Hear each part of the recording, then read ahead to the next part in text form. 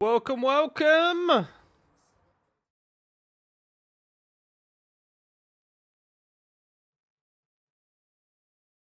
Hello, everyone. Hello. Hope you are good. Hope you are good.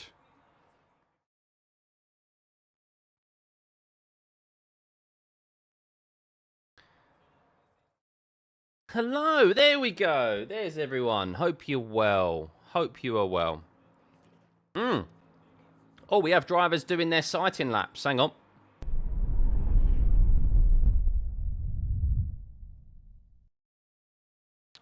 Drivers are on their reconnaissance laps, are on their way around to the grid. So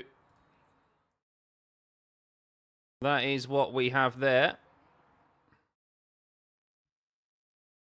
Right. So, interesting turn of events, guys. Hope you are well. Hope you are well and tuning in. The track is dry. The weather is dry. It's not raining. However, the track is not necessarily suitable for slicks right now. Interesting. Very interesting. We will probably see some start on the slick tyres, but when it comes to the race, the end of the race, it will be slicks. So this is going to be an interesting sprint race. It's not wet, but it will be a transition from intermediates to wet at some point, and well, do some even start on the slick tyres. It's going to be interesting. Interesting decisions to make here. So drivers on their reconnaissance laps here. Not entirely sure what Norris and Piastri are actually on right now. The tyre history isn't indicating anything, but yeah.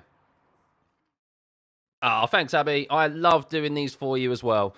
So I very much look forward to when it's an F1 weekend. I'm just looking forward to the weekend. I'm just looking forward. I get start on Monday, and I'm looking forward to the weekend so that I can do these for you guys and chat to you all. Hey, Pete, I'm doing very well, thank you. Yep, Mrs. is doing really well. Little one is under the weather. She's been teething. She's had quite a few. She had the back teeth come in recently. She had the two back ones on the bottom. She's now got some top ones coming through. And yeah, she's a bit under the weather. Bless her. She's picked up another cold. So yeah, but other than that, she's all good. Thanks for asking. Greetings, Robert. Good to see you, mates.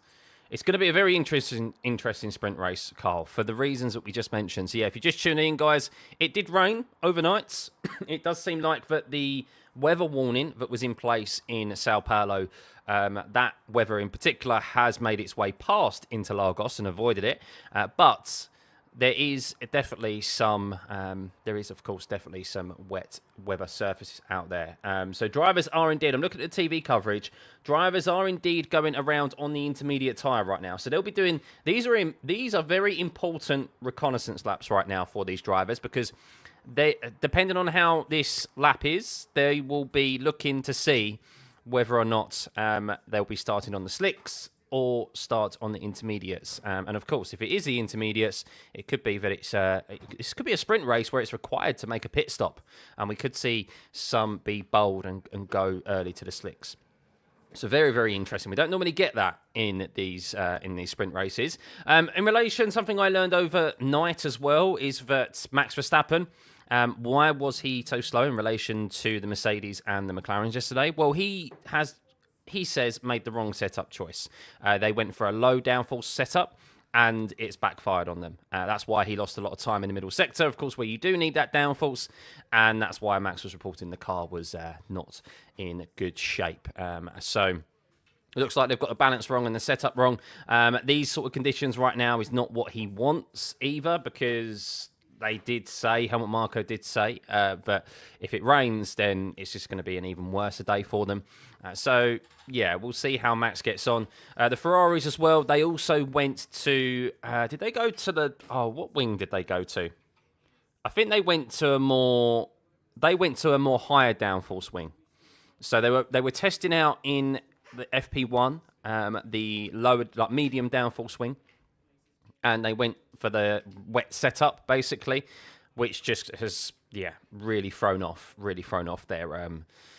their setup and their balance for this weekend at the moment, for the start of this weekend.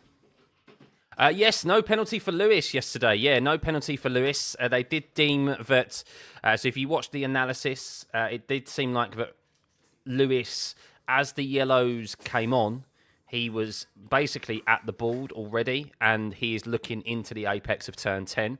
And they said because of that, and because of him hesitating on throttle when he came around the corner and saw Charles on the right, that was okay.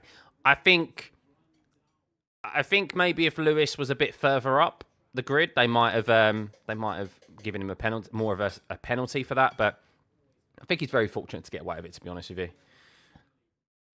And did Charles apologise to Lewis? No. So I want to reiterate, of course I did put a short out there. I want to reiterate, I don't think Charles did it on purpose for the sake of ruining everyone else's laps.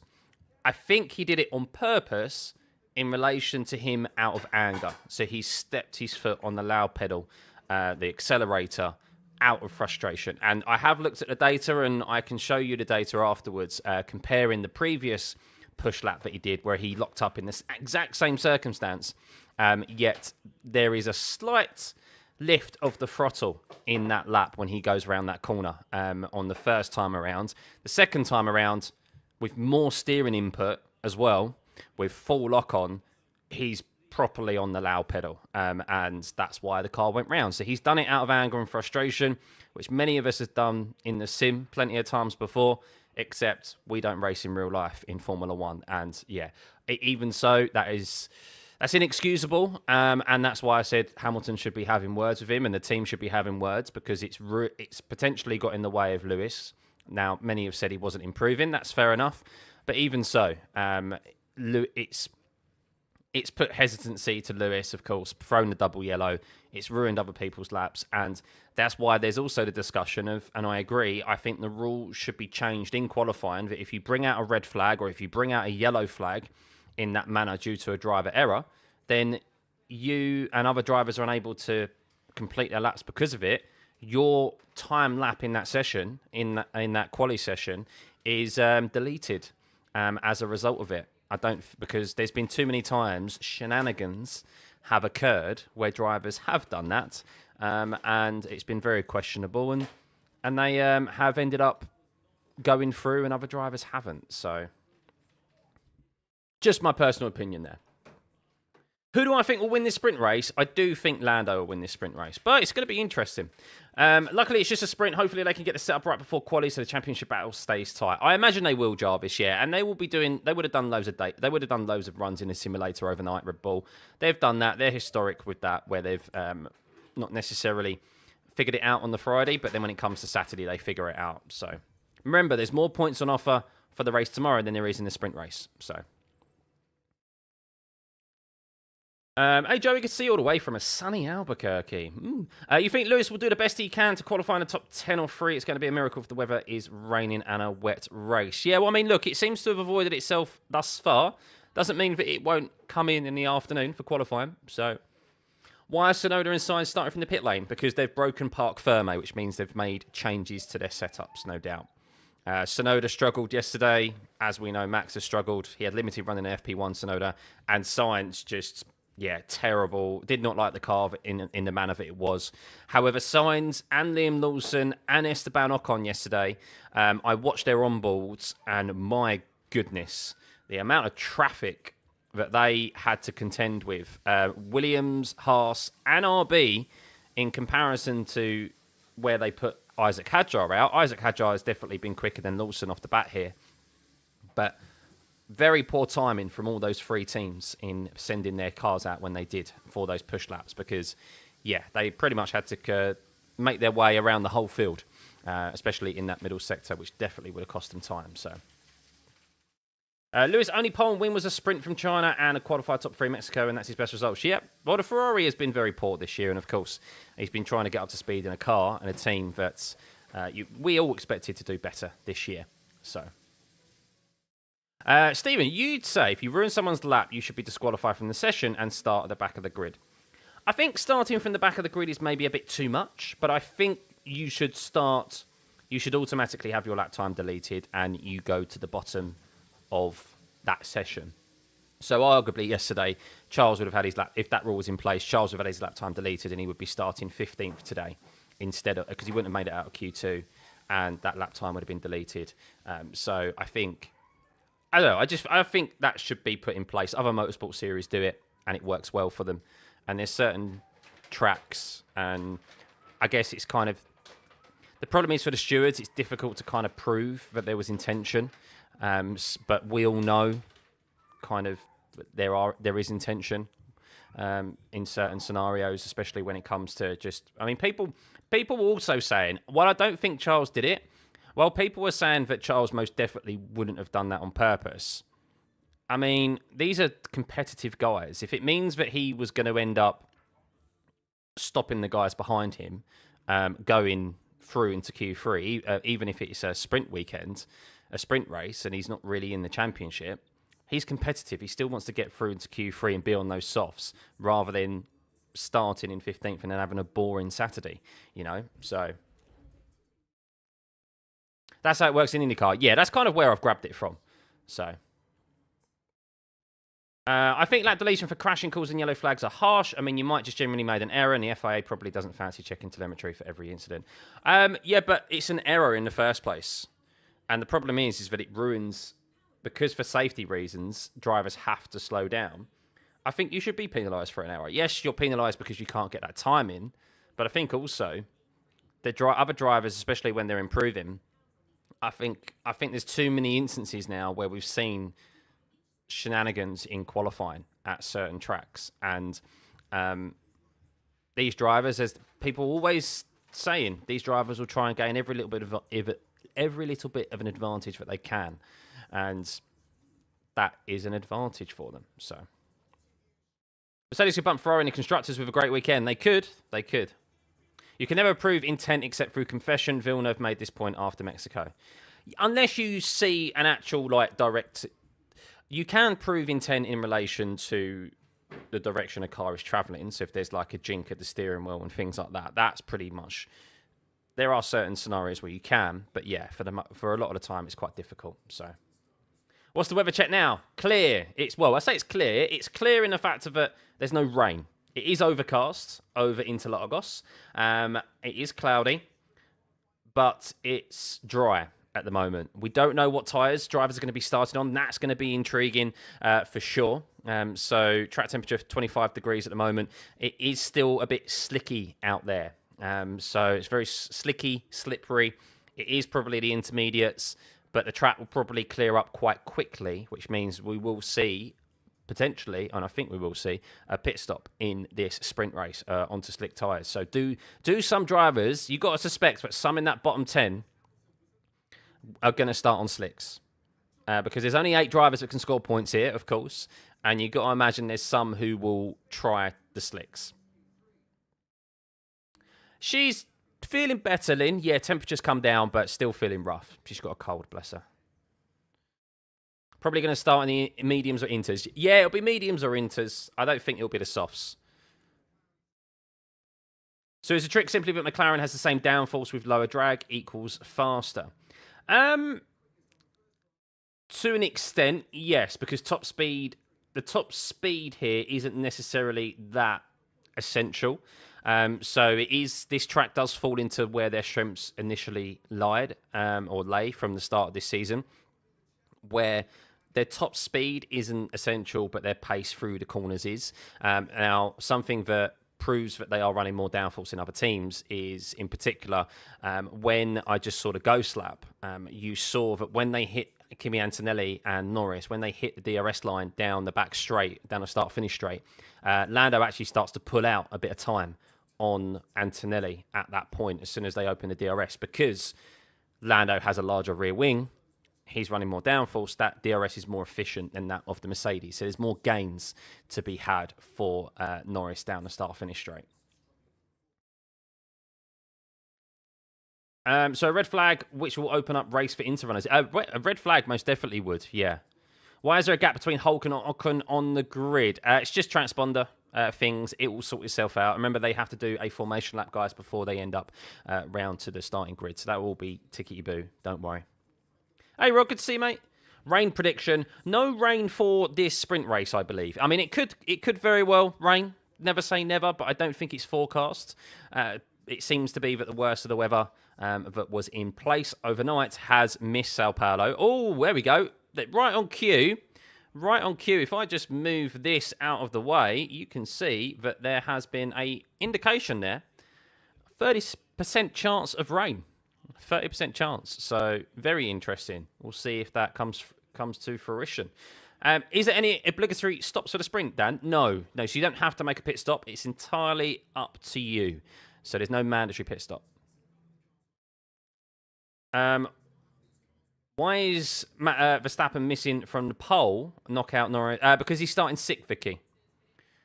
So I don't think he's going to win from sixth. I could very well be wrong, but I think from what we saw yesterday and from what I heard overnight in relation to his setup choice here with the low downforce package, I just think he's going to struggle in a sprint race to try and overtake those 4 cars ahead of him. He could make a good start, of course, and get ahead of Alonso and Russell, but, you know, Russell is not going to let Max Verstappen by easy. So, and the cooler track conditions that we're seeing right now, that could also play into Mercedes' hands and make them even stronger than they were yesterday. Could there be drivers starting on Inters? Yes. Yeah, I mean, I didn't see too much footage of them making their way around the circuit, to be honest with you, so I don't know if they ended up... I don't know if there was any physical spray on the track, but we'll get an indication soon. Normally 5 minutes before the race starts, we get the tyre blankets pulled off, so we get to see what drivers are going to be starting on. Do I think Oscar is losing his confidence from his recent DNFs? I do think he has had a hit in his confidence for sure.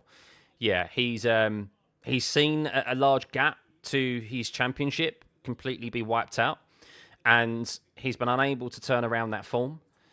And he's also in turn come to race circuits where he isn't particularly strong at. It doesn't suit his driving style as well as Lando Norris.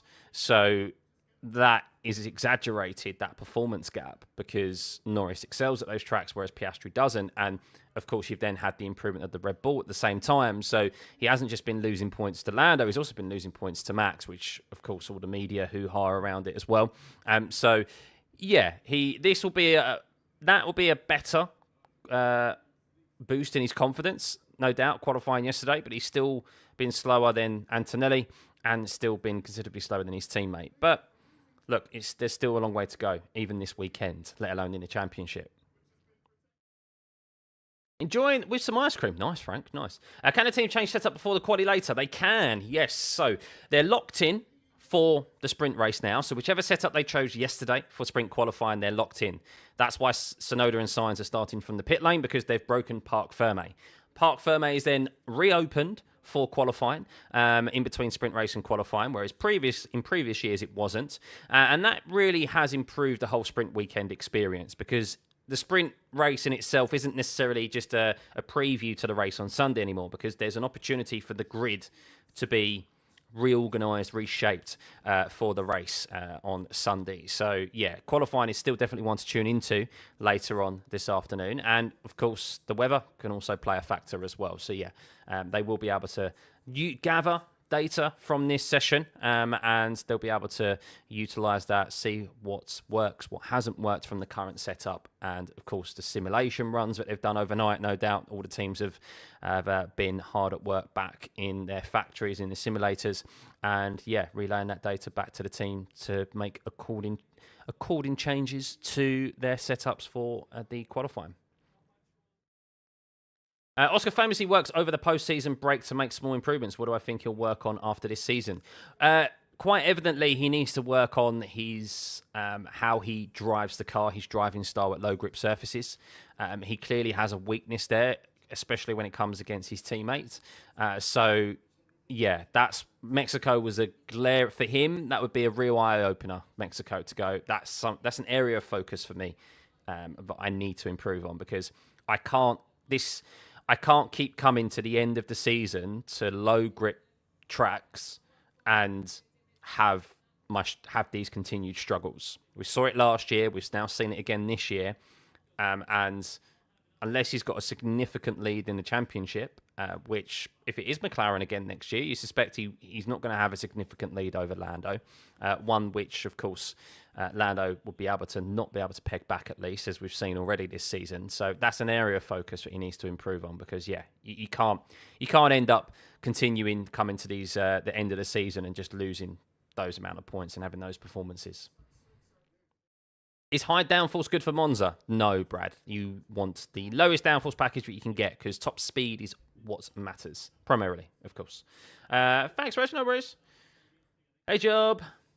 Possible 70k subs before the end of the season. That's the goal. Yeah, that is the goal, Frank. That'd be amazing. That would be doubling our subscriber count from the start of this year. So that was my goal. So yeah, big thank you for everyone for tuning in. We are 9 minutes away now from this sprint race getting underway, or formation lap at least. If you're just tuning in, big thank you. Of course, hit the like and subscribe button. Yeah, let's see if we can get to 64,000 subs by the end of this stream. That'd be really good. But yeah, if you're just tuning in, the track, the area itself is dry in the air, but the track is still quite slippery. There does seem to be some, I wouldn't say necessarily standing water. I think we may see more slicks out there than intermediates. I haven't heard any radio messages come through in relation to the track conditions, so it must not have been that important. But yeah, will drivers start on intermediates? Will they start on slicks? That's a decision that the drivers and the teams are having to discuss right now. Can you suggest a beginner sim setup? There's very, very good ones out there now. I would say a beginner sim setup. Look at Moser. They're very good. They have some direct drive wheels that are very reasonable. And I would probably look at some load cell pedals as well, which are also affordable from the likes of Moser, Fanatec CSL stuff. There's a lot more. I've been out of the game, really, when it comes to keeping an eye on sim racing equipment, but there's lots of options out there now. But you want direct drive and you want load cell pedals. I think that there's good affordability for those now with reduced strengths. Then, of course, if you get more into it, you can upgrade to a stronger wheelbase and better wheels, better pedals. How long has Piastri been racing in F1? This is his 3rd season. You're watching a stream while the typhoon is coming in your country, Joe. Oof. Well, hopefully you stay safe, mate. Hopefully you stay safe. I don't really know how downforce and higher downforce works, so thanks for the tip. No worries, bro. Yeah, there's certain circuits where, of course, you want as much cornering ability as possible, whereas a circuit like Monaco is where you want the highest downforce package because it's all corners. It's not about top speed, and of course it's difficult to overtake, we know that, nigh on impossible. And then Monza is all about the straights, because there's only a few corners, so it's all about your top speed. That's why they run the skinniest rear wings, really thin rear wings there. And then you come to somewhere like here, where you want a bit of in-between, really.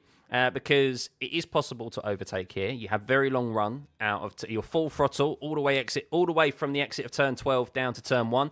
Then, of course, you've got another DRS section, your full throttle on the exit of basically turn 1 down into turn 4. But then you can't run a completely low downforce package here, because you'll sacrifice a considerable amount of time in the middle sector where you need the downforce to get that car turning in to the corners like turn 8, turn 9, turn 10, turn 11, etc.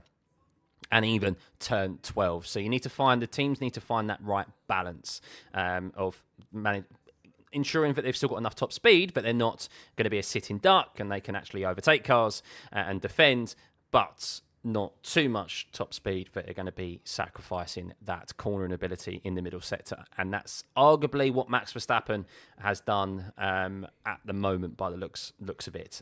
He's got too much top speed, but in the middle sector, that's where he's losing a lot of time. You're that old you can remember Senna's first Interlagos win. Oh, damn. I'm sorry, I shouldn't have said that. But yeah, Senna, I didn't get to witness Senna.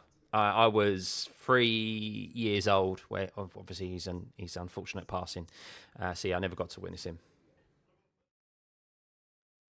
How can teams decide optimal downforce? Is it if it is in between? Yeah, simulations, experience, Harold, certain tracks they've been coming to for years. We've been coming to Interlagos since the 1970s. So yeah, there's these they know generally how you want to set up a car here, even throughout different regulations. But sometimes you have to pick, obviously, what are your strengths. You want that trade-off. So Max probably would be hoping, oh, here we go. As I'm going to pause myself there.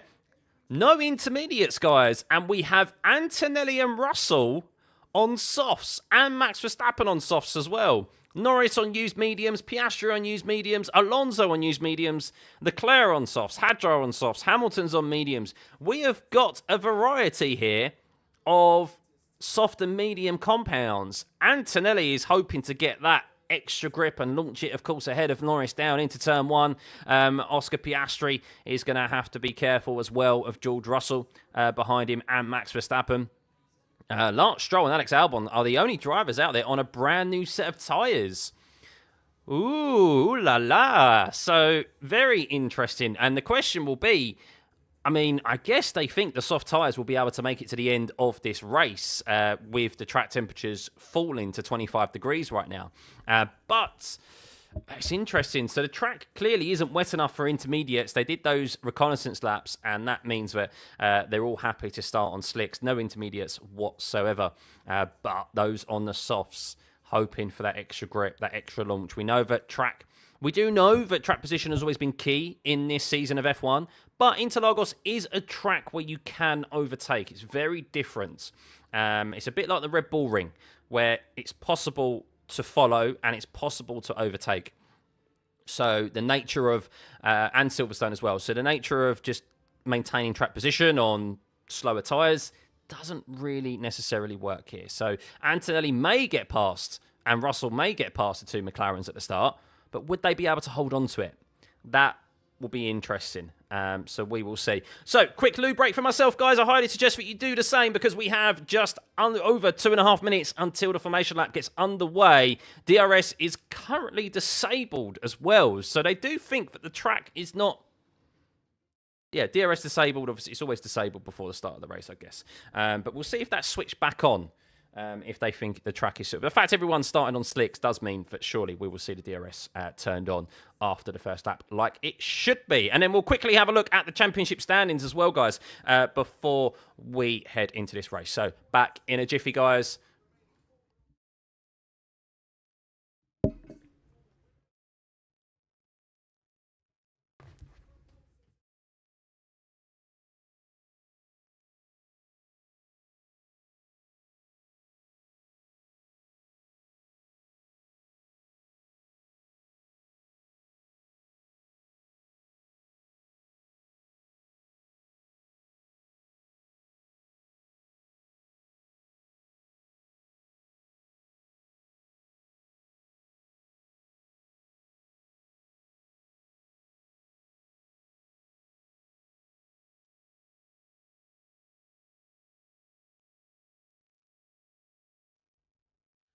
All right.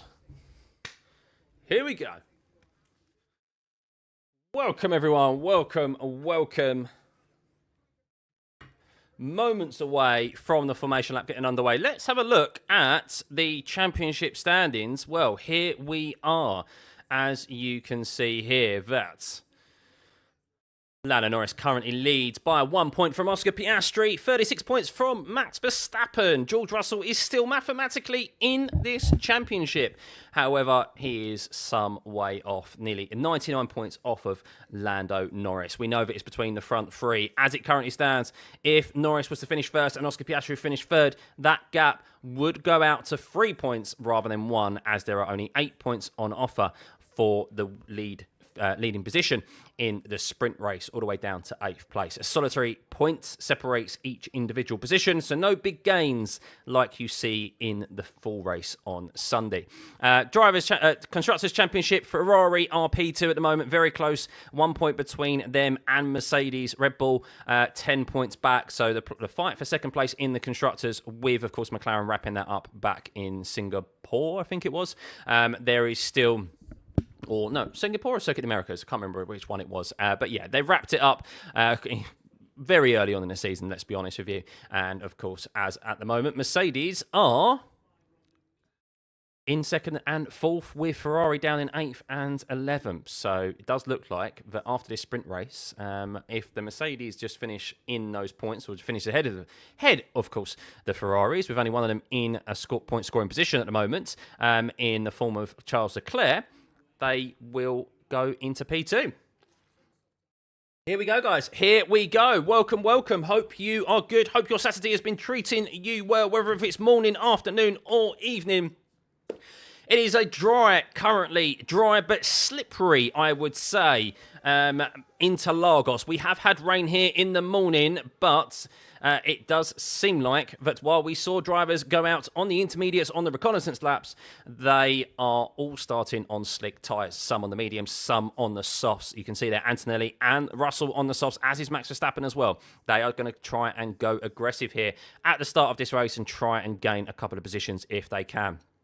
But will those soft compound tyres last the 24 laps that is required here at Interlagos? We will see. So let's have a rundown of your grid for today in this sprint race at Interlagos. It is Lando Norris on pole position. Kimi Antonelli is in P2. Oscar Piastri P3 with George Russell in P4. The two McLarens on mediums and the two Mercedes on softs. Fernando Alonso in P5. A great qualifying for him in the Aston Martin. He started on the mediums with Max Verstappen in 6th place on those softs. On a lower downforce setup than a lot of those around him. How will that fare for him in this sprint race? Lance Stroll, a good qualifying from him in P7 on the mediums. Charles Leclerc in P8, he's on softs. Hadjar in 9th on softs. Hulkenberg is on the mediums in 10th, with Hamilton 11th on those mediums. Alex Albon is one of two drivers on a brand new set of tyres here. The other is Lance Stroll on those mediums. Albon is starting on softs in P12. Gasly is in 13th. Bortoletto is 14th. Ollie Behrman is 15th. Franco Colapinto is 16th. Liam Lawson is 17th. Esteban Ocon is 18th. Yuki Tsunoda is 19th. And Sainz is 20th. Tsunoda and Sainz will be starting from the pit lane today after breaking Parc Ferme and making setup changes to their cars. So, what does this race have in store for us? Will Lando Norris lead into the first corner? Will Kimi Antonelli get a good launch, as will George Russell and Max Verstappen, those three drivers in the top 6 there on soft compound tyres, with Alonso, Piastri and Norris on the mediums. Very, very intriguing here. Very intriguing. It's all about turn 1 for Norris. Can he get a good start just like he did at Mexico, or will he lose first place like he has done every single time that he has started on pole position here at Interlagos? He lost pole position. He lost the lead into the first corner twice last year in the sprint race and the main race. And, well, he lost it a few years ago prior to that as well to Max Verstappen. So, has he finally learned? And will he get a decent start, or will it be 4 times in a row? Here we go. Remember, sprint race, there is no mandatory pit stop required. These drivers can go to the end on this same set of tyres. There's 30% chance of rain. I'm looking at the track, and I'll tell you what, it's slippery. This race start is going to be very intriguing. Very intriguing. Some drivers here are no doubt going to drop it, I think, and will spin the car at the starts. But we have drivers at the end of the pit lane, making their way to the end of the pit lane. It's green light, away we go, and here they are running down into turn 1. I think Lando Norris has got a very good start there, and he's, for the first time in 4 times, he has got a decent start and leads into turn 2. We can see Lewis Hamilton's made up 3 positions there. A great start from him. He's already behind his teammate Charles Leclerc. But it's Norris, Antonelli, Piastri, Russell and Verstappen. Verstappen got a great launch past Fernando Alonso and is already up behind those front 4. So that is 1 position gain for Verstappen. He'll be looking at the back of George Russell. But Norris, finally, just like he did in Mexico, made an unbelievable start there in relation to those on the soft compound. There's a yellow flag as Behrman is going slow through turn 5. I think he may have gone wide there, and we'll see whether that's removed. It is indeed. But my goodness, I just watched the race restart, and Lando got an unbelievable start, as did Oscar Piastri. Those on the mediums fared much better than those on the softs, and Antonelli had to defend quite aggressively from Oscar Piastri, but he's now still in P2. So Lando Norris is P1 with Antonelli, P2 with Oscar Piastri 3rd. George Russell is 4th with Verstappen in 5th. Alonso down 1 place into P P6 with Leclerc in 7th and Hamilton up 3 places into P8. Lance Stroll is down 2 places in P9 with Hulkenberg where he started. Is anyone here going to run, make a decent run and attempt down into turn 1? DRS has not been activated yet, so the track is still not suitable enough at this moment for the DRS to be turned on, even though we have everyone out there on slick compound tyres. And Antonelli is making a move here on Lando Norris. Lando Norris has gone deep into the first corner, I believe, as yes he has. You can see that the first sector time of 20.1 compared to Antonelli's 19.7, and that gave a run and an opportunity for Antonelli on the McLaren of Lando Norris, but without DRS at the moment, it seems that Antonelli was just not able to get alongside the McLaren of Lando, and Ollie Behrman had a bit of a spin there through turn 4, but there is actually a significant amount of spray being thrown up in that last sector. The turn through turn 14 in particular, there is a lot of standing water there, as there is through turn 1 as well. They're actually having to take a very wide line, almost a wet line, through turn 1 to avoid the inside curb there, the racing line where the standing water currently is. You can see Antonelli has just lost a bit of time there out of turn 12. He's had a bit of a wobble. He's 1 second behind Norris, and that's going to leave Oscar Piastri an opportunity, and DRS has now been enabled here. So they've enabled DRS 1 lap after when it should be, but how will they fare into turn 1? This is where it is very slippery, and that's where we saw Lando Norris lose a lot of time last sector or last lap around, and you can see that Antonelli does gain time on Lando Norris in particular through turn 1 and turn 2. Norris just being a bit cautious on those medium compound tyres than that of Antonelli, who is trying to be aggressive there. He's back in the DRS. Max Verstappen has lost the DRS of George Russell up ahead. He's just fallen back. He's just got back into it right now. Max Verstappen on that low downforce setup. We'll see how he fares and if he'll be able to close down the gap to George. He's also on a set of soft compound tyres. Fernando Alonso is holding up Leclerc and Hamilton right now. Those drivers have Ferrari yesterday struggled in sprint quali, has supposedly gone for more a wet dependent setup. We'll see how that fares for them, as Charles Leclerc did do a fastest first sector out of anyone. Hamilton is the biggest gainer out on track right now in P8, 3 places. Ollie Behrman, Liam Lawson, Ollie Behrman noted for causing a collision there. Didn't see that actual happen. I saw Ollie Behrman go round in turn 4. So Ollie Behrman, who did not have a good go at this race last year after stepping in for a reserve as a sub for Kevin Magnussen last minute, he's looking to perform much better here this weekend, but he's down 3 places in P18. Yuki Tsunoda and Sainz lagging up the rear there in P19 and 20 after starting from the pit lane, but Lando Norris now has a 1.3 second lead over that of Kimi Antonelli in P2 as Piastri is in the DRS of Kimi Antonelli. Let's see if he'll be able to close down the gap here as they make their way down into turn 4. It's very difficult corner to overtake down into turn 4. Remember, the ahead at the apex rule does make it tricky to swing it around the outside there, but it doesn't mean that it is impossible. It's all about the exit out of turn 1. Alonso is still holding up Charles Leclerc and Lewis Hamilton in P6. You know that Alonso is going to hold onto that position for as long as he possibly can. He is on the medium compound tyre as well. And well, with 21 laps remaining here in this sprint race, Norris is 1.4 seconds ahead of Kimi Antonelli, with Oscar Piastri 1.1 seconds behind. He's just lost the DRS, importantly, of the young Italian in front of him. George Russell, the top 6, none of them are in DRS of one another. You have to get down to Charles Leclerc in P7 and Lewis Hamilton in P8, where they are in DRS of the Aston Martin driver. Lance Stroll is in P9. Nico Hulkenberg is P10. Pierre Gasly is in the DRS of Nico Hulkenberg, but no one is really on the attack right now. Charles Leclerc loses a bit of time out of turn 12. It could be teammate on teammate because Hamilton is the closest out there to the driver ahead of him right now, but it is his teammates. Noted again for causing a collision, Liam Lawson and Ollie Behrman will still yet to have a understanding of that, as Liam Lawson is in P16 and Ollie Behrman is a couple of positions behind him in P18. But Norris, 1.5 seconds nearly ahead of Kimi Antonelli. A very, very good start from him down into turn 1. Just watching Lewis Hamilton start, and Lewis Hamilton's start was very good. No wheel spin whatsoever. And what he did was that he just went around the outside of 3 cars who were being very cautious. And Lewis just saw a gap open up ahead of him. Lance Stroll tried to take the racing line, and Lewis he just took the gap. He just went, thank you very much. So, experience from Lewis Hamilton there. As watching the onboard from Oscar Piastri start, and just a bit of a twitch from Kimi Antonelli on the race start, as Oscar nearly made contact with Kimi Antonelli into turn one. Very, very close between the two of them. But that gap, 1.7 seconds. Lando Norris is stretching his legs now. A 1:12.8 last time around for him, whereas Antonelli did a 1:12.9, 1:12.96. So 1.6 seconds. He's stretching his legs and increasing that gap. Oscar Piastri has got back within the DRS. And, well, was he within the DRS as he went through turn 4? As Piastri is round through turn 3. And Oscar Piastri may be in the wall. The yellow flag is out. He's falling through the field. Nico Hülkenberg's round as well. And, oh, my goodness, we're 6 laps into this race. Colapinto's round. What is happening through turn 3? Is there rain falling through that sector? There's a safety car. We have 3 cars off. At the same corner has Oscar Piastri collected 2 cars. I don't know. As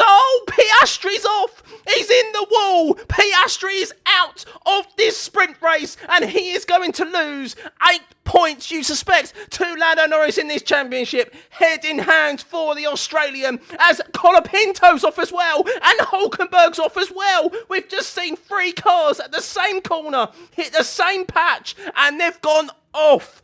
Hülkenberg is going. He's lost his front wing. Colapinto is off as well. My goodness, we're so fortunate that all of those 3 did not hit each other there. But it seems that there is a significant issue with that corner, which they've all hit in quick succession.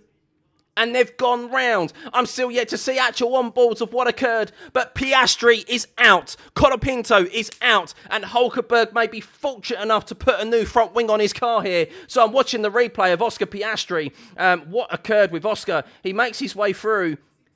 Oh, he's hit the curb. It's a driver error for Oscar Piastri. He's got on the curb. He's front left and front. He's on his front left on the curb of turn 3. And of course, it's wet there. It's a painted surface. There's no grip for these slick tyres. And he's just gone round. I think Hülkenberg and Colapinto have also done the same. But yes, he's put his wheels on the curb on the inside of turn 3. And that is pure driver error for Oscar Piastri. And well, is the pressure getting to the Australian? Another crash for him. He's out of this race. That has promoted Max Verstappen up into P. There's a red flag. We will have a race restart in the sprint race. The last thing that Lando Norris wanted. But Lando, importantly, will be gaining points on his championship rival and teammate, Oscar Piastri. Wow. Let's have a look, shall we, at the permutations there of the Drivers' Championship. And you can see here, that is what you're currently looking at, is that Lando Norris will be gaining 8 points on that of Oscar Piastri after him crashing. Now, of course, this race is not over and done with. We have a race restart. But one thing for sure is that Lando will still lead heading into the race tomorrow and qualifying later on today because he was already leading 1 point into the start of this sprint race. But that's pure driver error. Pure driver error. As Antonelli said, Norris hit the curb and a lot of water went online. Oh, well, I don't think Lando's inadvertently the cause of that. I think there's just a lot of water on that curb, and it's very risky for the drivers to be taking that curb in the first instance because these slick tyres don't have the grip on the curb there. But Oscar Piastri hit the curb. I'm yet to see a replay of Hülkenberg's on board and of Colapinto because they were focused so much on Oscar Piastri, but they very much likely did the same thing as well. Inters now, it's not Inters. The track itself is drying out, but there's still standing water on the curbs because the curbs don't run on the curbs. They purposely avoid them for this exact reason. So yeah, wow. 3 pit stops for everyone. Yep, they'll be able to put on a fresh set of tyres if they wish. But we've got our first red flag of this weekend, and it's in the sprint race, which means unless the race control decides otherwise, we will have a standing restart for this sprint race.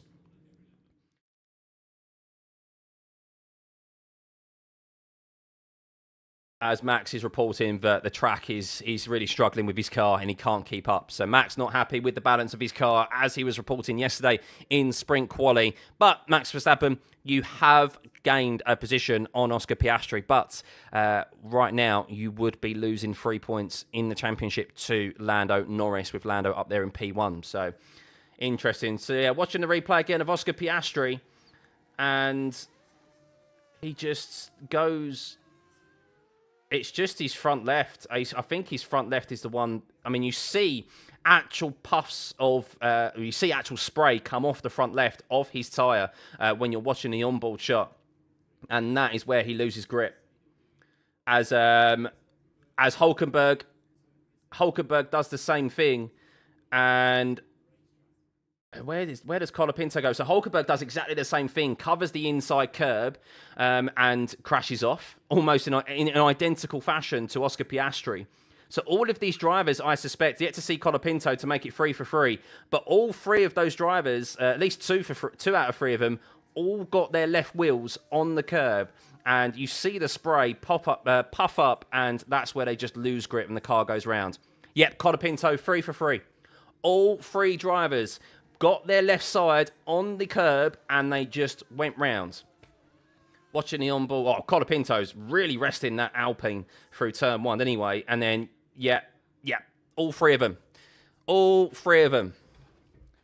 Damn. How much damage did Piastri sustain? A lot. He's done his rear winging and he's done the front right in as well, I think it is. So, yeah, head in hands. Hulkenberg's got away with it. He went front end in, so he'll be getting going again, I do presume. So, they should have rain tyres. Well, the track, it's driver error. The track itself is suitable for slick tyres. DRS is enabled.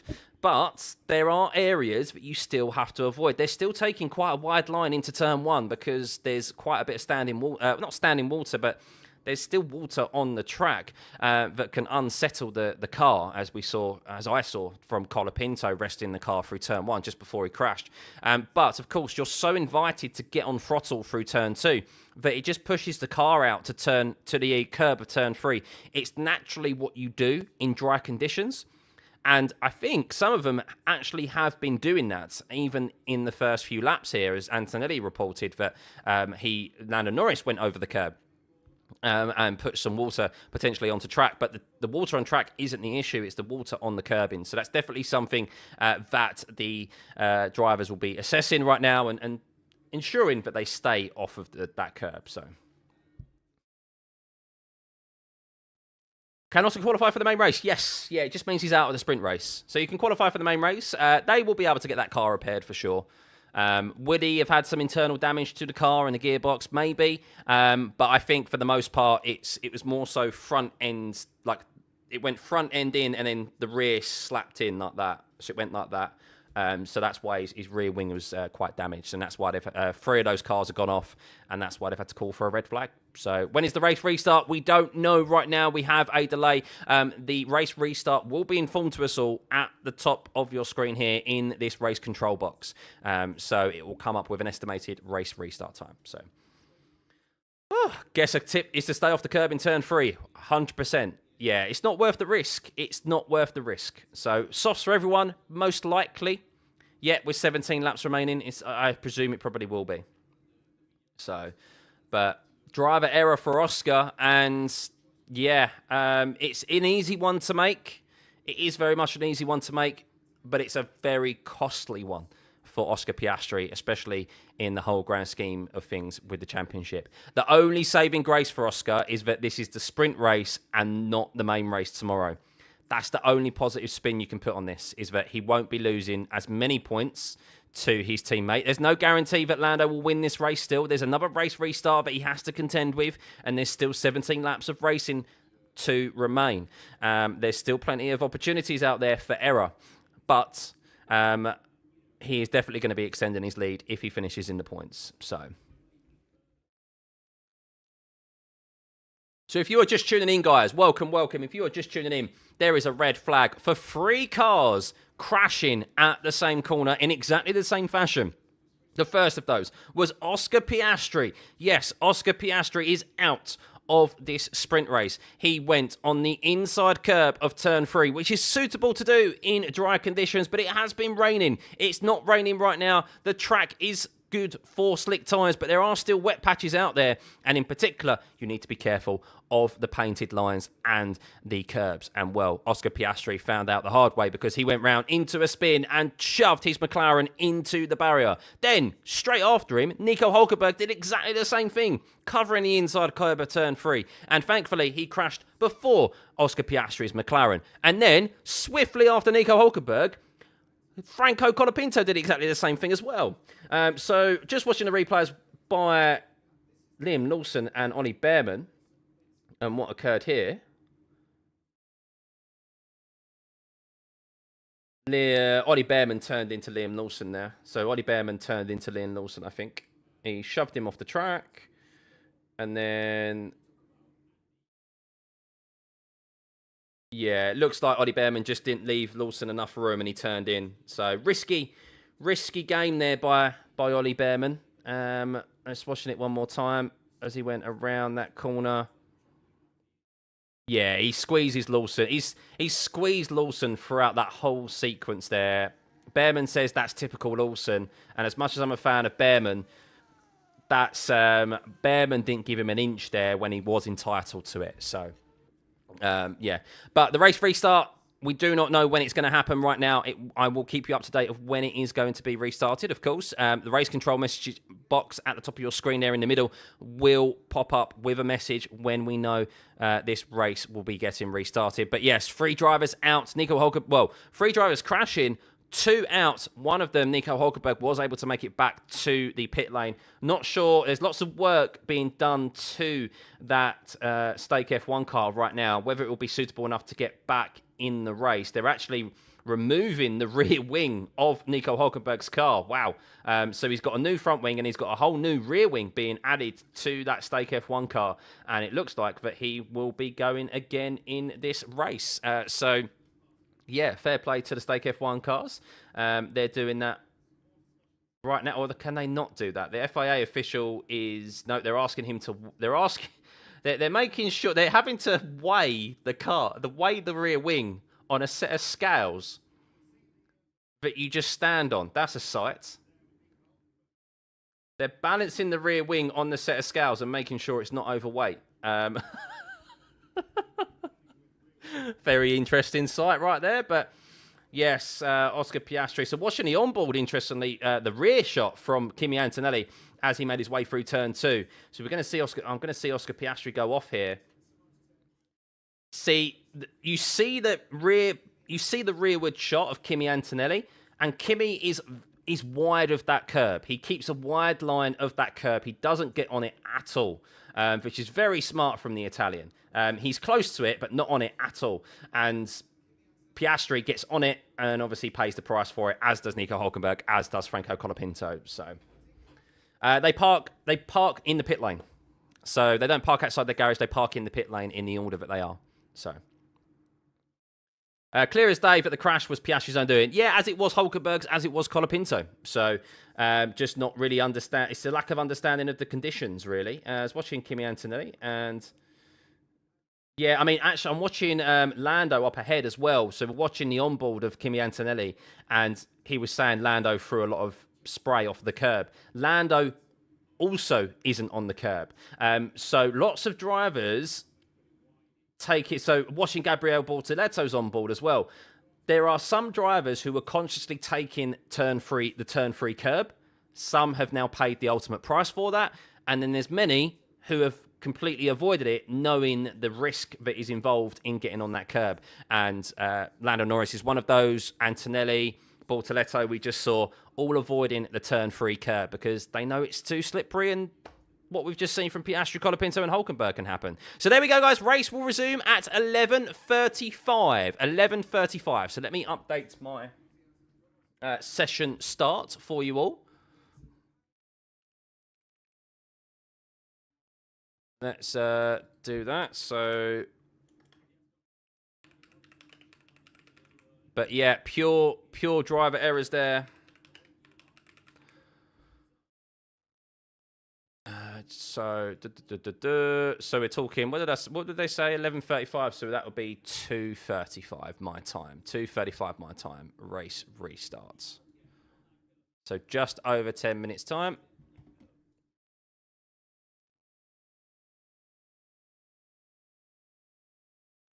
There we go. There we go. Ooh. 11 minutes, go shower and also eat dinner. Yeah, Mercedes needs to lock in and get ahead of Norris to feed him to Max. Well, I don't think they really care about that in a sense, but yeah, watching the onboards, they're doing an assessment on the SkyPad right now, and you can see that... Hang on. So Lando actually...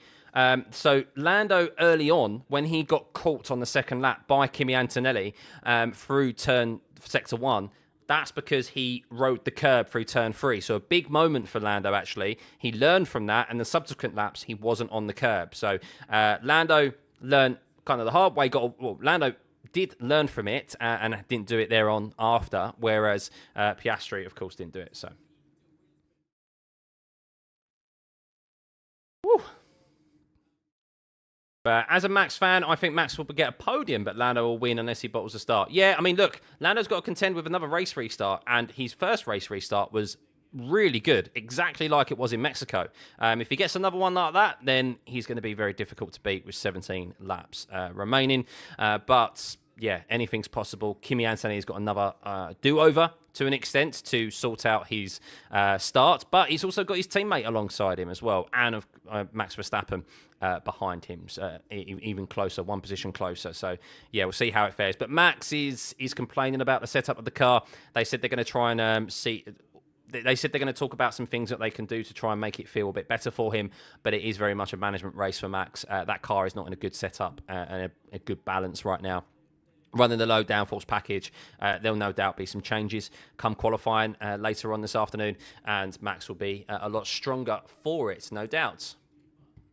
But very interesting times. That was where caught up on Norris, and he was carefully going through the standing water bit. Yes, Els, yeah. Well, yeah, that was where Lando obviously made that conscious mistake, but he got away with it and learned from it. So, any view from the pit as to what tyre Lando is changing onto? No, nothing at the moment. They're all showing replays. We will get an update shortly when they go around, obviously, on the formation lap. They'll have tyre blankets on the cars, no doubt, right now. Lando, they'll probably put on a fresh set of tyres. We'll see. Maybe he'll stay on the same set of tyres. Don't know. Gotta love all this Lando hate. Yep, he's so unskilled. That's why he's leading the championship. Come on, Lando.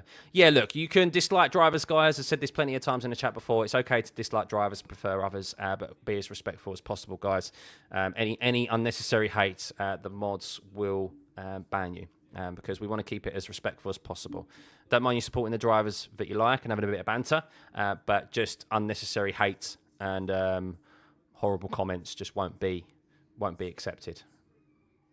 Tolerated. If Max had that McLaren, he would have won the World Championship before the summer break. Potentially, VJ. Yeah, potentially. But that's all hypothetical. We'll never know. It's all what if, isn't it?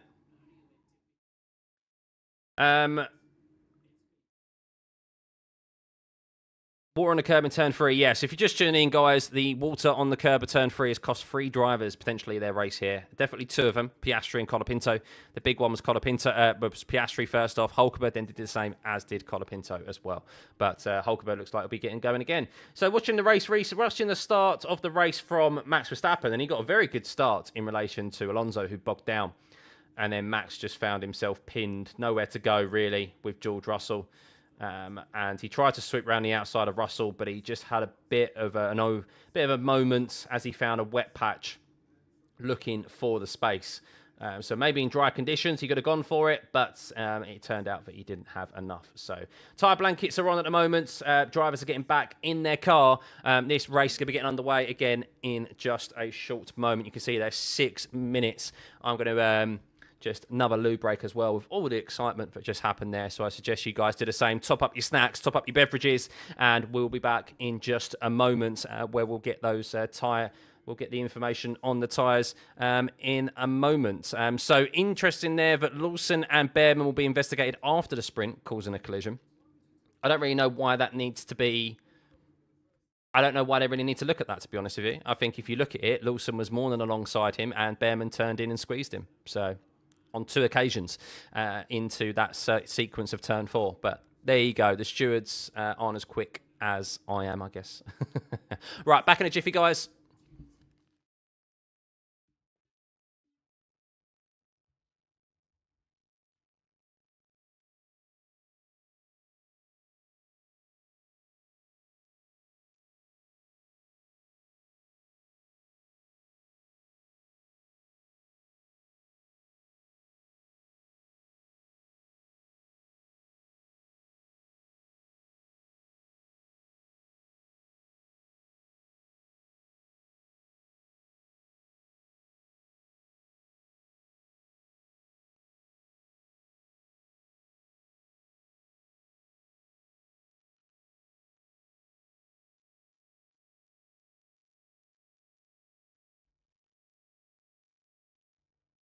Ooh.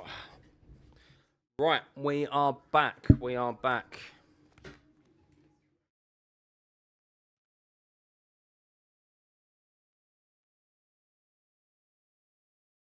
Oh. Oh, I forgot to end the poll, didn't I, of who was going to win this race? Norris, Antonelli, Piastri. Definitely not Piastri now.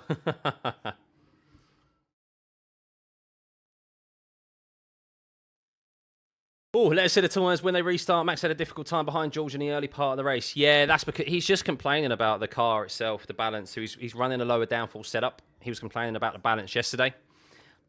And of course, they can't change the setup. There's only a couple of things that they can change, but they can't change overall that rear wing components until they get out of Parc Fermé for qualifying in between the sprint race and qualifying this afternoon. So.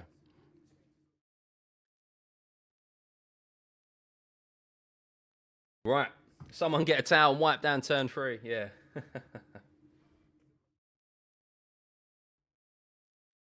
Right, not long to go, guys. 3.5 minutes. Drivers are back inside their cars. Let's see what they are able to do, eh? Let's see what tyres they will be on. Will Lando go on to a fresh set of softs? Will Antonelli stay on the same set? Will anyone go on new softs, or will they just hold on to it? Of course, the big points on offer are tomorrow, but for Lando in particular, this is where you've got to capitalise. You've definitely got to capitalise on this moment and give yourself the best opportunity to secure these 8 points.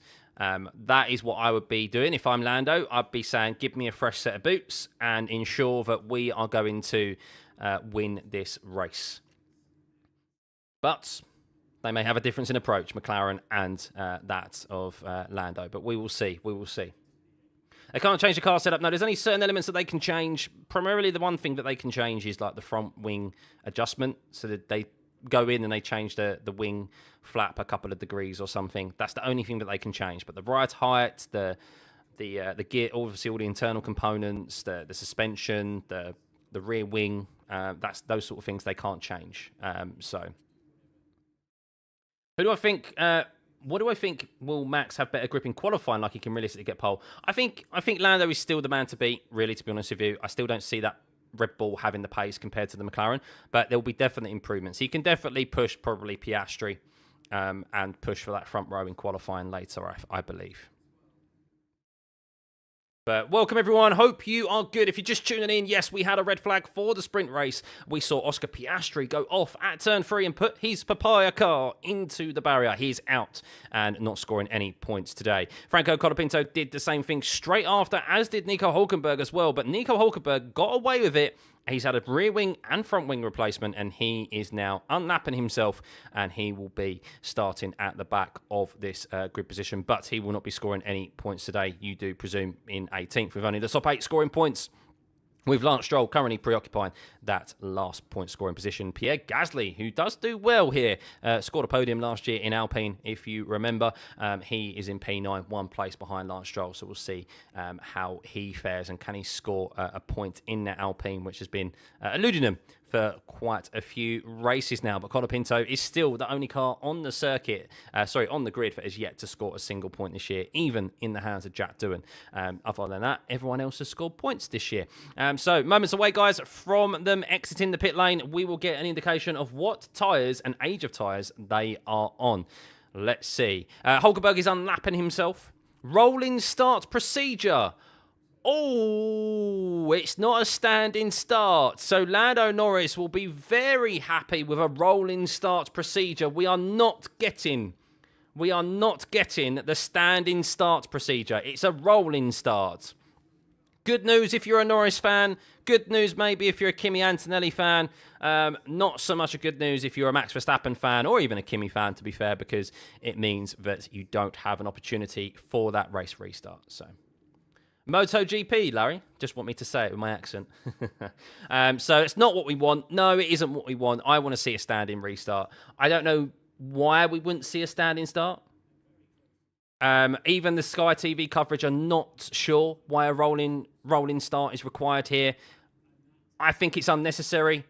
That the track was considerably wetter at the start of this whole sprint race, so I don't know why it's not suitable now. We need that. We need that explained to us, please. We need that explained to us. So here we go. Here we go. Lando is on a set of softs. He's not on a brand new set, but he's on a set of softs. Kimi's on a set of mediums. Russell's on a set of mediums, so they've switched tyres.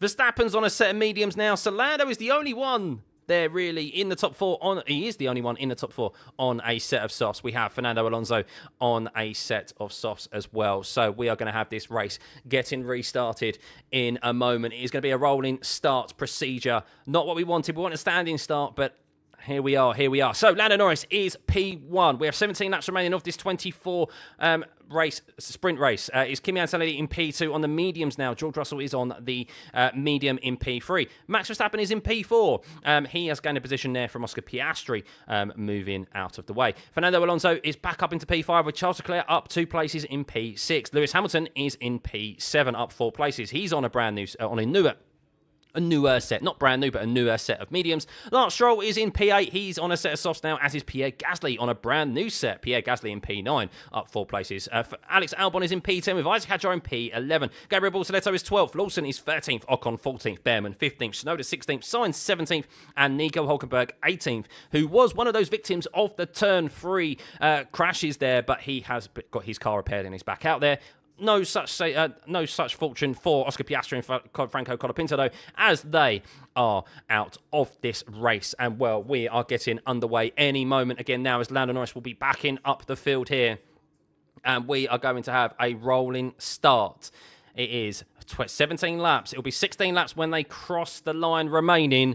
Lando Norris backing up this field. And, well, we are about to go racing again here at Interlagos in this sprint race. Lando Norris needs to capitalise here to ensure that he gets 8 points over his championship rival and gains 3 points as it stands on Max Verstappen as well. Can he do it? He's on the soft compound tyre. He's on the grippier tyre. And it's go, go, go as Lando Norris hits the loud pedal and makes his way down into turn 1, which we have seen be very squirrely down there. George Russell is all over the rear wing of his teammate Kimi Antonelli, but he needs to be careful that he doesn't shove his young Italian teammate out of the way there as Max Verstappen actually loses a bit of ground. He's under attack from Fernando Alonso, of all people, who's on the soft compound tyre. And Max Verstappen could be at risk here, as could Kimi Antonelli on George Russell, as Russell backs out, as does Fernando Alonso as they head down into turn 4. Lewis Hamilton is side by side with Charles Leclerc, and Hamilton backs off of his teammate. So very close between drivers there. Max Verstappen got a bit of a slow start. Lando Norris is nearly already 1 second ahead of Kimi Antonelli. George Russell is 3 tenths behind. He'll be looking to try and capitalise and get past his teammate, who was comfortably had him in his back pocket at the start of this race and in qualifying yesterday.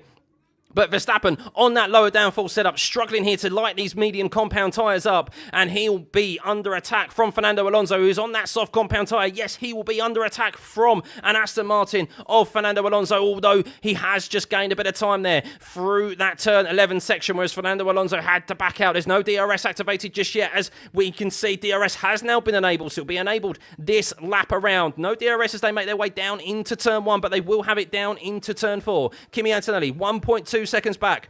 George Russell, 5 tenths back. Verstappen pulled away from Fernando Alonso there, and Charles Leclerc is looking for an overtake on Alonso now. No movement of positions further back down the grid as Nico Hülkenberg in a bit of clean air does the fastest lap of the race of 1:12.186.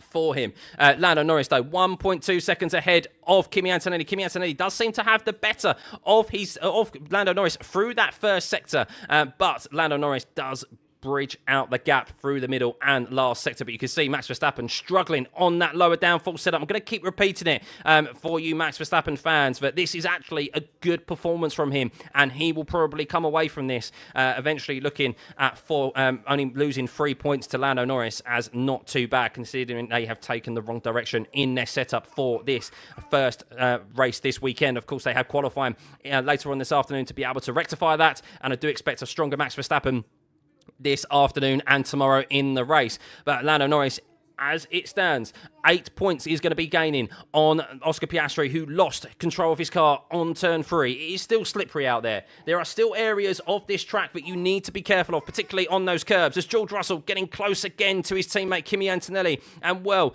will he be on the radio asking to be let by Kimi Antonelli? Kimi Antonelli is there on merit. You do suspect. I think he deserves an opportunity to at least try and go for Lando Norris. And you can see there, he does gain again on Lando. Nearly a 10th in that first sector. But George Russell is definitely just in his rearview mirrors, letting him know he's there, that if you are unable to get this going, I will be wanting an opportunity myself. But they're on the medium compound tyres, and well, I guess the question will be, will that medium compound tyre fare much better as we reach the latter stages of this race than the soft compound? But I think the soft compound on that McLaren, as we've seen so often throughout this year, does fare much better than it does on other cars, because they do have good management of their tyre temperatures. Max Verstappen in P4, he's now 1.7 seconds, nearly 1.8 seconds behind George Russell, as George has just lost a couple of attempts there on Antonelli and has lost the DRS. Alonso is 1.6 seconds behind Max Verstappen, and he is under attack, just like he was before the red flag came out from the two Ferraris. Charles Leclerc 8 tenths back with Hamilton, 7 tenths back from his teammate. Lance Stroll holding off Pierre Gasly at the moment, who is looking very punchy. This could be the only opportunity for the Alpine to score points here this weekend. That's why he's got a fresh set of softs on. Will he be able to get past Lance Stroll? As Alonso goes slow. Alonso's gone slow. Is that just an error with the track map, or is Alonso losing time there? I think it was just a delay in the transponder, as Alonso is still holding on to the position. I thought he was going slow, but Lewis Hamilton has lost a noticeable amount of time there to Stroll and Gasly, and Leclerc and Alonso up front, as Hamilton is now under attack from Lance Stroll of all people. So, really getting interesting here with 13 laps remaining in this sprint race. 1.4 seconds is the gap to Kimi Antonelli up front and Lando Norris. George Russell has now fallen back behind his teammate to a comfortable 1.5, 1.6 seconds. He's starting to lose time to his teammate. Verstappen's actually gained some time on George Russell there, a 10th gained last time out. And those front four are clear ahead of the rest of the field, as there is a 2.5 second gap to Fernando Alonso and Max Verstappen, and even further 7 seconds from Lando Norris to Fernando Alonso. Further down the field, Isaac Hadjar is catching that train of Fernando Alonso, Charles Leclerc, etc., with Alex Albon there in P10, Bortoletto's in P12, Lawson in P13. He is under investigation. So watching the race restart, and George Russell went wheel to wheel alongside. Oh my goodness, Max Verstappen nearly just wiped out George Russell at the race restart. Oh my goodness, Max Verstappen, inches between the Mercedes driver and Max Verstappen, as Fernando Alonso locked up on the outside. George Russell cut back in. Oh my God, how has Max Verstappen got away with that? It really could have been a big crash at the race restart, but he got away with it, and he is in P4 and is 1.9 seconds behind George Russell. Fernando Alonso locked up quite considerably on the outside of Max Verstappen. Fernando Alonso got a great start on the race restart, but he locked up on the outside. And Max Verstappen, trying to brake late himself to cover off Fernando Alonso, ended up nearly wiping out George Russell. But they are all good, and they are racing. And that gap has come down slightly from Antonelli and Lando Norris. 1.2 seconds is the gap to Fernando Norris is what I was going to say there. Lando Norris and Kimi Antonelli.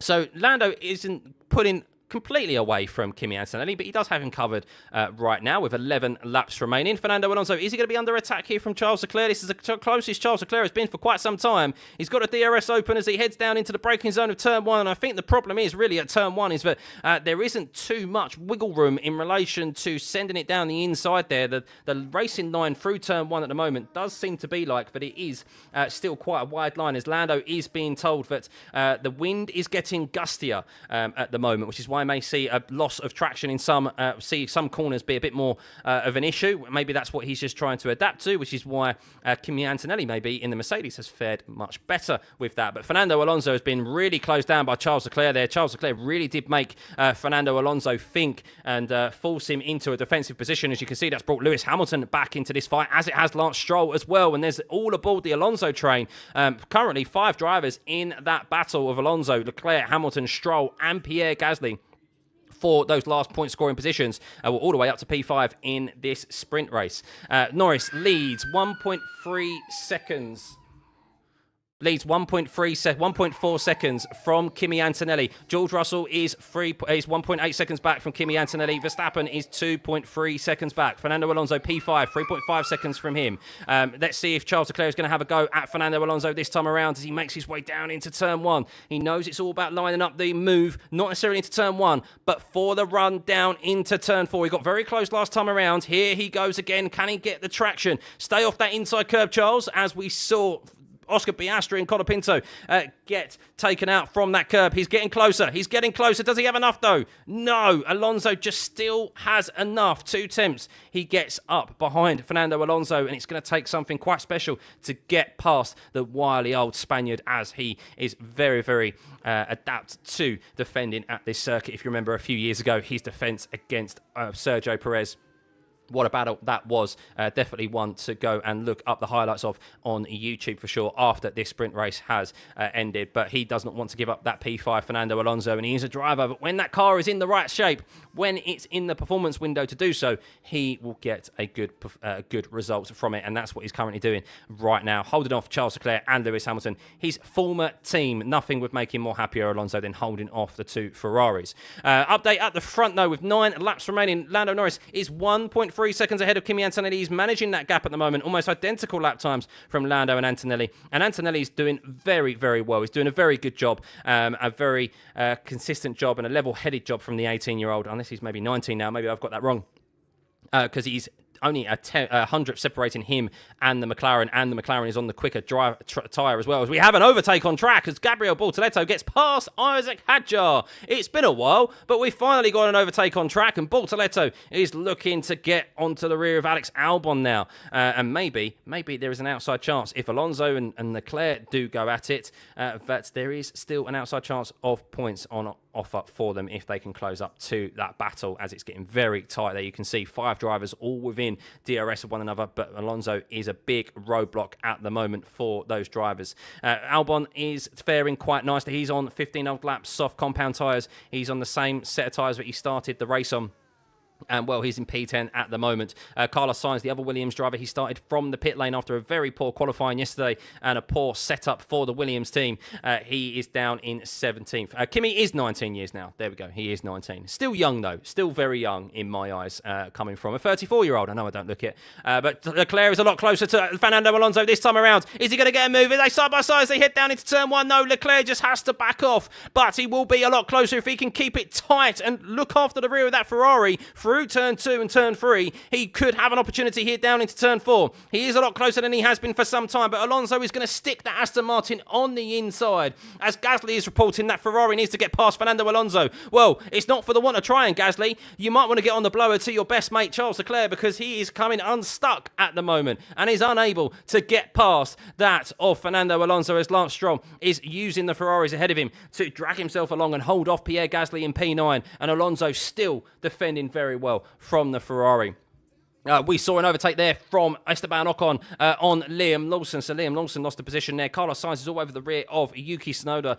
While, of course, they aren't racing for any meaningful positions, they are racers first and foremost, and they will take every opportunity they possibly can to go for a move. As it was a great move by Esteban Ocon on Liam Lawson.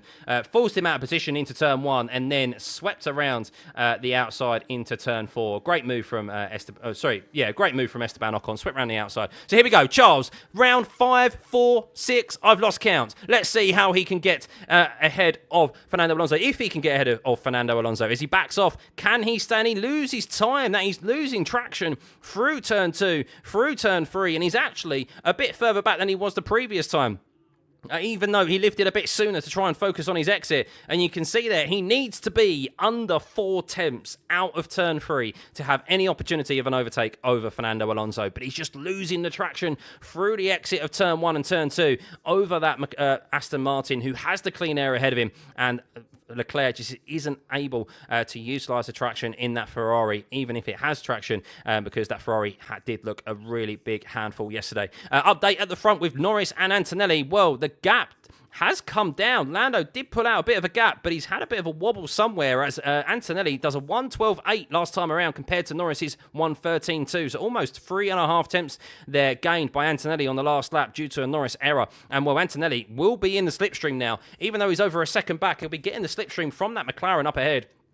And you can see that gap came down to 1 second as they crossed the start-finish line. And it is even 1 second, may even be in the DRS as they get out of turn 3. But no, Antonelli just loses a bit of traction on that McLaren. But that gap is closing up front. That gap is 5 seconds now. You can see the front 4 are very quick at the moment. George Russell is now gaining on Kimi Antonelli. Looks like maybe he dropped back a little bit, maybe to look after his tyres, even in this sprint race. Or maybe he has just gained somewhat on Antonelli, who has also been gaining on Lando Norris. Max Verstappen comfortable there in P4, 5 seconds back from Lando Norris, 2.1 seconds ahead of Fernando Alonso.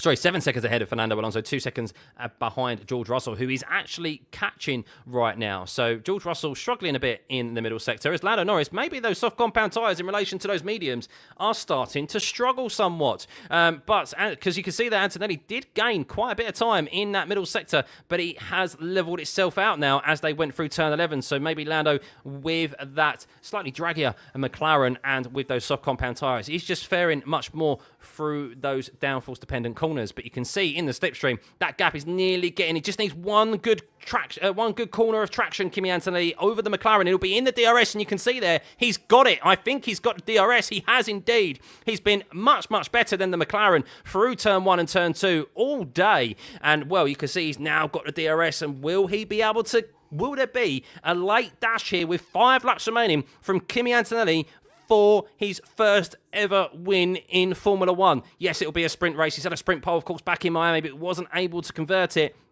He didn't start on pole here, but will he be able to capitalise on this? And, well, is Lando starting to struggle on those softs? Of course, cashing is one thing. Overtaking is another. But Interlagos is a track where you can overtake. Big thank you for everyone tuning in, by the way. If you can hit the subscribe button and get the stream to 64,000 subscribers there, that would be absolutely tremendous. As we are in the closing stages of this sprint race. We saw a red flag for 3 cars crashing in turn 3. One of them was our championship contender, Oscar Piastri, and former championship leader. He is out of this sprint race. Lando is looking to try and capitalise and secure a full 8 points advantage over his teammate and 3 points over Max Verstappen, as Max would be gaining 5 points as it stands. But he has Kimi Antonelli to contend with as Kimi is closing in on Lando Norris. He has 4 laps remaining to hold off this lead, and Kimi Antonelli, the 19-year-old Italian, who has had George Russell on toast here in the early stages of this weekend, is looking to try and overtake Lando Norris. Lando, of course, has the championship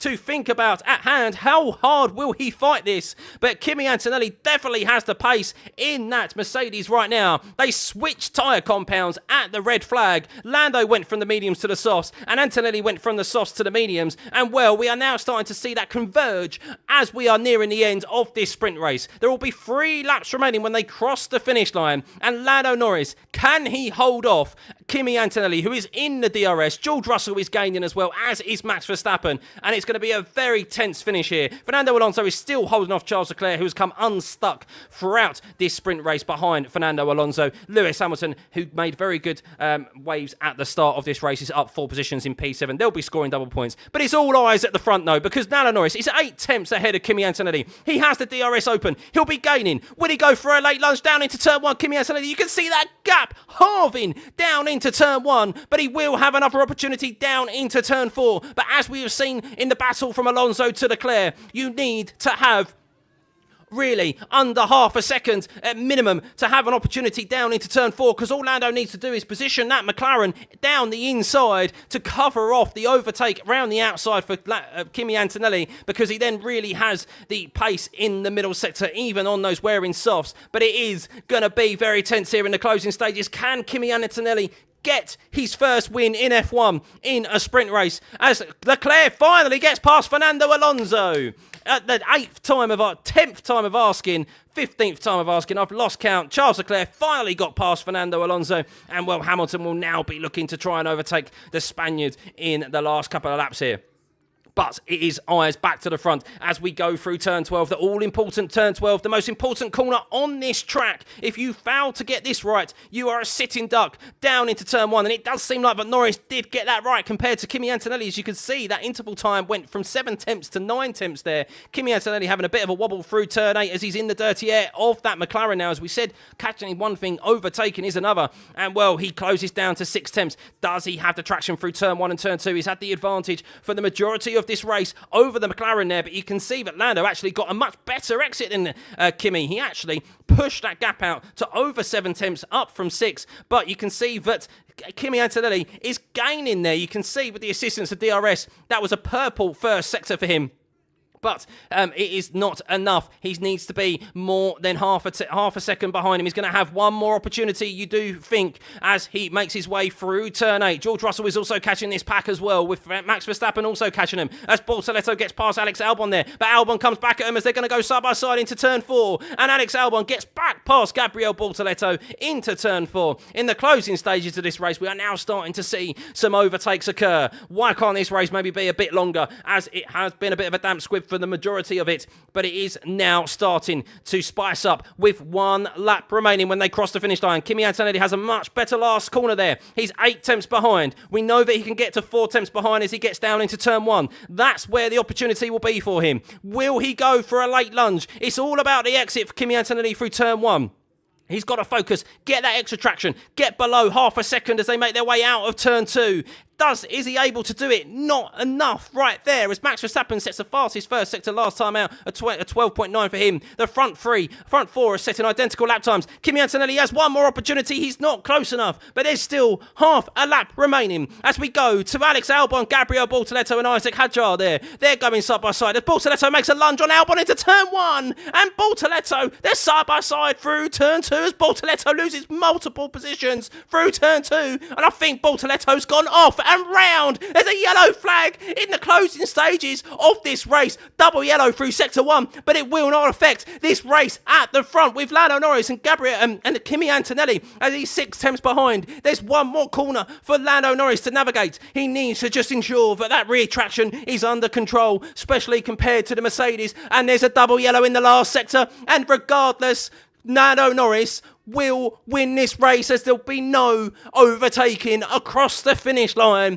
as Lando Norris, due to that double yellow of Gabriel Bortoletto, is in the barriers. Lando wins a very spicy end to this sprint race. Kimi Antonelli in P2, George Russell P3, Max Verstappen P4, and well, Lewis Hamilton once again gets an opportunity of an overtake, but a double yellow gets in his way as Lewis Hamilton is all over the rear wing of Fernando Alonso as he was making his way down up into turn 14.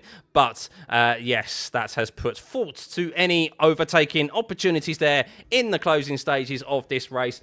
Gabriel Bortoletto says he's okay, but Bortoletto into the barriers there with a battle with Alex Albon. Yet to see the replay of what occurred. But I tell you what, without that double yellow, Hamilton was getting Alonso there. Not that it really mattered. It would have been for P6. But Lando Norris, the story here.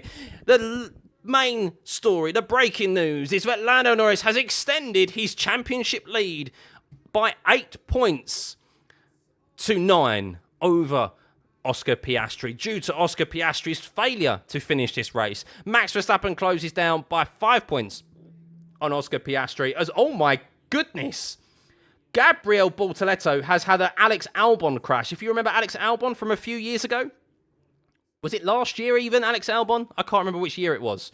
Remember Alex Albon crashed into turn 1, dipped a wheel, and he just completely battered his car on the right-hand side and went through the escape road. It's a big crash for Gabriel Bortoleto. Haven't seen the replay, but yes, that is a big one for Bortoleto. Yet to see the replay of what occurred, but he definitely went side by side with Alex Albon.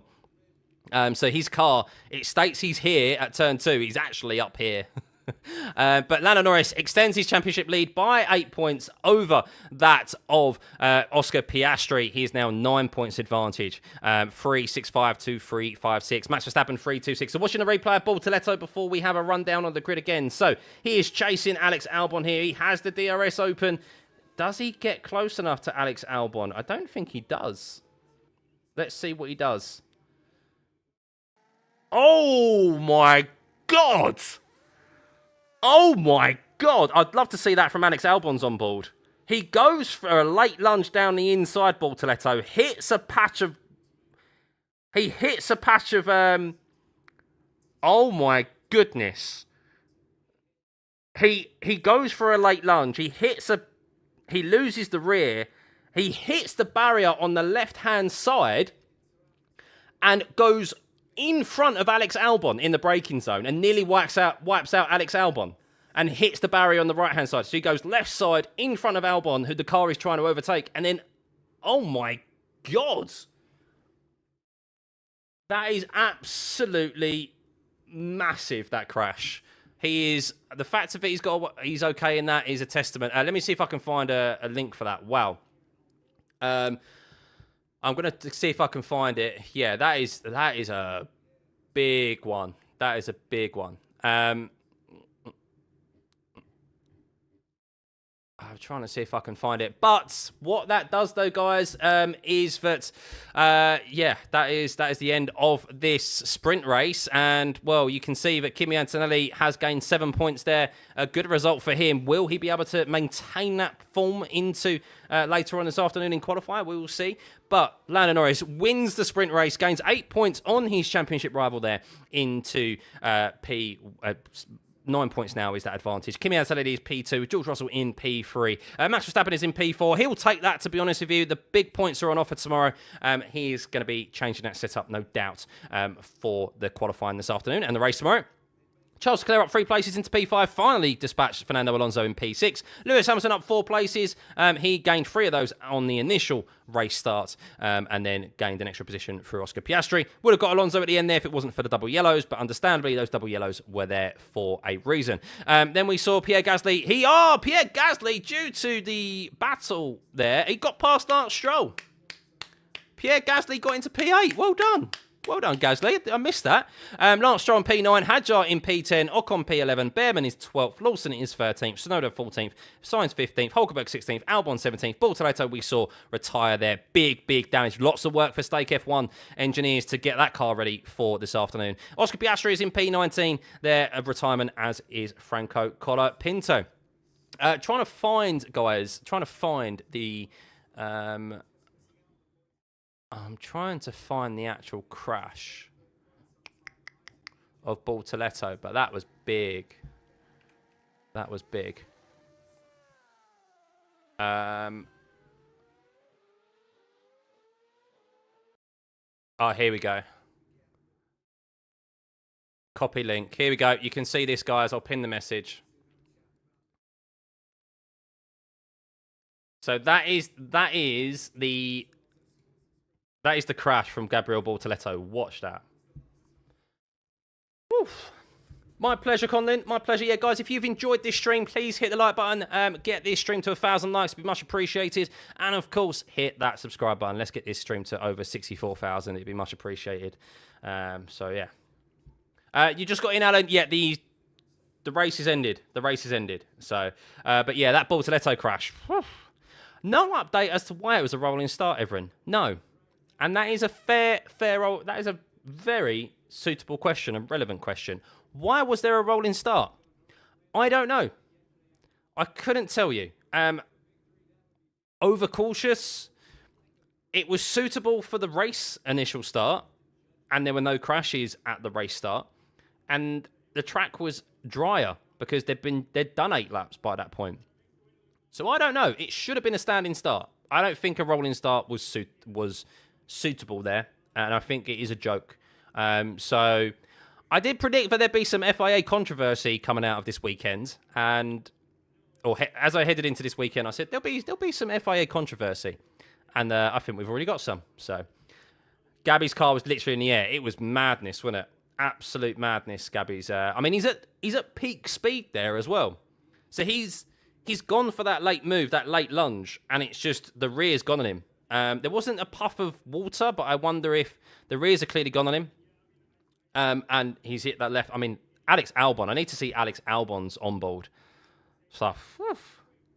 So, my pleasure, Steve. Thank you, guys. We'll be back, of course, in a few hours' time for qualifying, where this order is probably going to be shaken up even more so, because drivers would have learned a lot from this morning, from yesterday, and they are going to change their setups. Ferraris will be better. Max will definitely be better, for sure. So, yeah, tune in for qualifying, because it's going to be a good one again. And, of course, Oscar Piastri, redemption for Oscar, because he definitely needs it, doesn't he? Is that Gabby's front or rear wing under Albon's car? I think it was his front wing. Now rolling starts protect Lando. Last year, Lando lost 6 positions because of rolling starts. No, look, rolling start wasn't there to protect any particular driver. The rolling start was there. Normally, it's there for safety reasons. I don't know why they did a rolling start. We need that. So, Jarvis, thank you for the 5 gifted, by the way. Much appreciated. Much appreciated. I think I actually have some gifted as well, you know. I think I have some gifted to show. YouTube are fortunate enough that they give me some gifteds.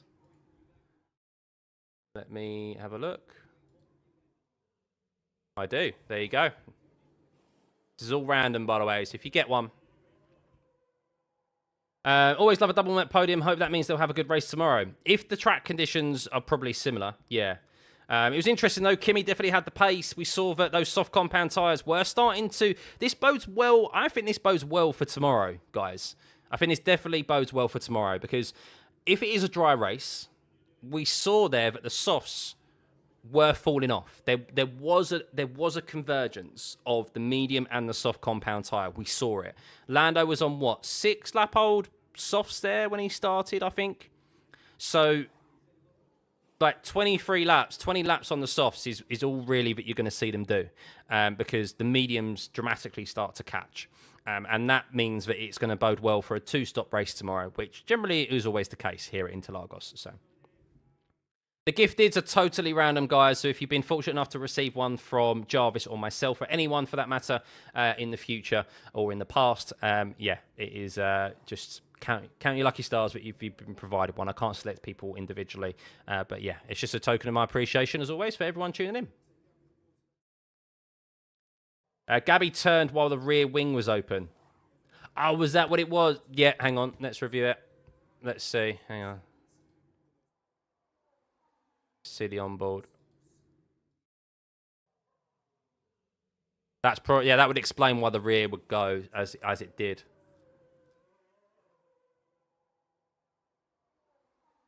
Oh, yeah, 100%, yeah. Yeah, he's not made... yeah, it's too late of a move, isn't it? It's too late. Oh, yeah. Yeah. His initial moving out of the slipstream of Albon is with the DRS open, and then he touches the brake and it goes. So, because you see the rear wing shut, don't you? The rear wing flap shut, so... I don't know what time it starts CET, Manuna, but I do have the live stream set up. When I end this stream, it will be sending you straight over there, and you can leave it open, and that will be obviously converted to your time zone, so you can be informed. I will be going live. Normally, I set the stream 15 minutes before the session begins when it comes to qualifying. So yeah, that's what you can base it off of. Can't imagine Lando winning the championship. Is what it is. I'm sure many people couldn't imagine Lewis winning the championship when he did, or Vettel, or Max when he did. Like there's many drivers that you don't see maybe as champions, but eventually they are. Same as any team and tennis and all that. So, is there still a chance for Max to win the championship? He needs to finish ahead of Norris, doesn't he? Really, he can't. He can, but he needs to get ahead of Norris. So, yeah. So the DRS the DRS closes as soon as you touch the brake or lift off throttle. So he clearly moves while he's still on full throttle, and then obviously he lifts and he's on the brake. But at that point, that's then when the car's obviously lost control and going around. So, 36 months, Kako. Well done. Thank you, man. You'll know if you got the gift or not because you'll have a sub badge against your name. So, thanks, Tom. Yeah, sorry, guys. I mean, you can join as a member. Of course, it's totally your prerogative. How you spend your money is entirely up to you. It is what the cheapest tier is £1.99. So that's the cheapest tier. I made it as affordable as possible for everyone. So yeah, it's less than a coffee, less than a can of soda or a can of Coke per month. So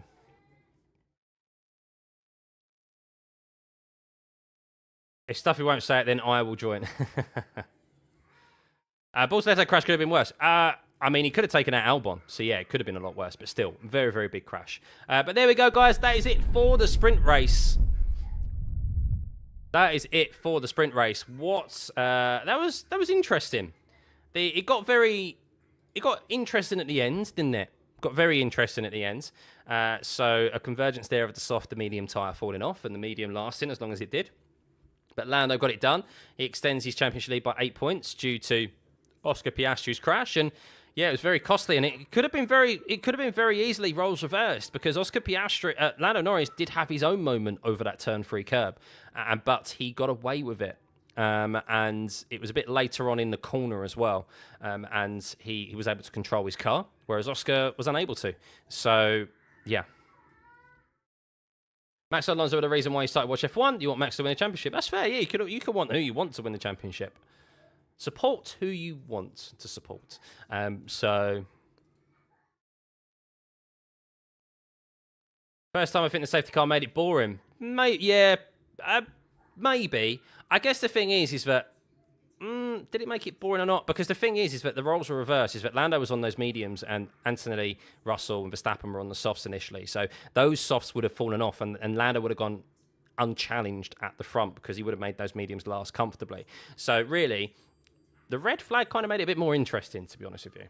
So, but anywho, that is it for me, guys. For now, I'm going to go chill for a few more hours, and this is going to send you straight over to the quali live stream that will be happening in a few hours' time. So thank you for everyone for tuning in. As always, hit the like and subscribe button on your way out. If you haven't subscribed yet, of course, please do. Be much appreciated. And we will see you for quali, where I imagine the order will be shaken up quite some bit because there'll be drivers and teams out there who would have learned a lot about their setups and will be wanted to change quite a few things on their car. So yes, have a lovely next few hours, guys, wherever it is, wherever you are in the world, whatever time it is, whether you're going to go have a nap, whether you're got your alarm set because it's in the middle of the night for you, or if it's early morning or afternoon, whatever time of the day it is, we'll see you in a few hours. Thanks as always, guys. Bye.